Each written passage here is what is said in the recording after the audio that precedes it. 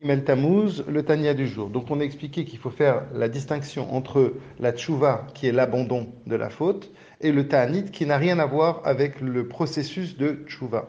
Et parfois, Akadosh Baruch Hu, il donne des épreuves, mais les épreuves, les Yisurim que Hachem y donne, eh bien, ça n'est pas du tout pour punir la personne, mais c'est au contraire pour justement effacer toute trace de la Avera.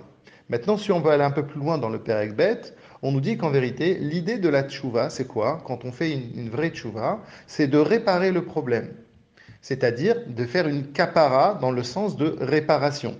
Maintenant, on peut bien comprendre que par rapport à ça, il manque quelque chose. Qu'est-ce qui manque? Eh bien, il manque que quand on a fait une avéra, ok, on a réparé le problème, mais pour faire en sorte que la situation, elle revienne comme avant. Ça veut dire, en d'autres termes, pour recréer le lien. C'est comme, par exemple, dans les relations humaines. Quand on a entaché notre relation avec l'autre. Alors c'est vrai, peut-être qu'on a réparé le problème, mais peut-être qu'il va rester dans un goût amer dans la relation. Donc pour recréer du lien avec Akadosh Baruch Hu, qu'est-ce qu'il y avait au temps du Beth Amikdash? Eh bien on offrait un korban. Et l'idée du korban, c'est venir tsalo, c'est-à-dire que Akadosh Baruch Hu, à ce moment-là, va lui accepter son korban, et quelque part, avec cette acceptation, il va recréer le lien qu'il y avait comme avant avec Akadosh Baruch Hu. Donc l'idée est développée dans la Gemara que l'idée du korban, c'est comme amener un cadeau pour Akadosh Baruch Hu. Et donc, en d'autres termes, c'est comme on nous dit, Tamim yé les ratsan, c'est-à-dire qu'on sera entier dans la volonté d'Akadosh Baruch Hu, donc il n'y a plus de faute comme auparavant. Donc, de nos jours à nous, eh bien, le ta'anit, il remplace le korban.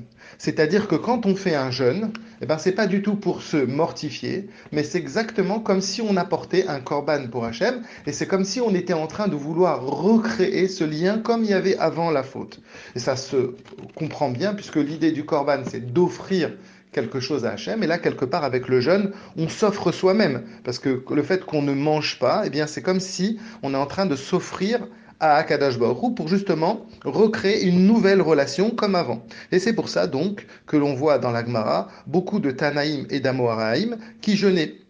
On raconte que Rabbi Elazar ben Azaria, il avait permis une certaine de sortir pendant Shabbat à une vache avec une retsoua, et les Chachamim, eux, ils ont dit non. Et quand Rabbi Elazar, il a vu que sa voisine, elle avait fait cette chose-là, et que lui, il avait rien fait, Rabbi Elazar, donc il avait été à l'encontre des Chachamim, eh ben, il a jeûné tellement qu'il a jeûné qu'on raconte que même ses dents étaient devenues noires. L'esprit de fait il s'est vraiment mis dans le jeûne. Mais le jeûne pour lui, ce n'était pas du tout dans une idée de se mortifier, mais c'était justement pour revenir vers la relation avec Akadosh Baruch Hu. Ou bien on raconte avec Ravuna que ses tuilines, les lanières de ses tuilines se sont retournées et il a jeûné 40 jours. Et donc on comprend maintenant pourquoi le Harizal, il nous donne un nombre de jeûnes par rapport à des avérotes. D'ailleurs, c'est même pas des avérotes qui sont carrettes ou dans lequel on est chasvé shalom, on a fait quelque chose de grave. C'est par exemple quelqu'un se met en colère, eh bien le Harizal dit qu'on doit jeûner 151 jeûnes.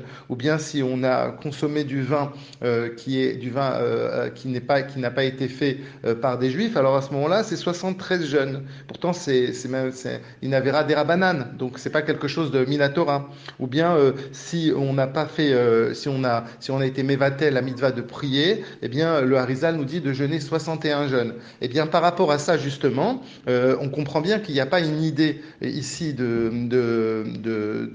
karet, de chayav karet, etc. Mais c'est pour justement recréer le lien entre nous et Akadosh Baruch Hu. Et c'est exactement comme ça qu'il faut voir l'idée du jeûne. Et c'est un peu comme le korban. Donc c'est riach nichoach lachem, créer une bonne odeur. C'est ça l'idée. C'est pas que quand on offre un korban, eh ben ça lui fait plaisir par rapport à l'odeur d'Hachem, mais c'est beaucoup plus que dans l'idée de quand on a recréé le lien quelque part, cette odeur, ce feeling qu'il y avait avant la faute, il va revenir. Et c'est ça toute l'idée du jeûne.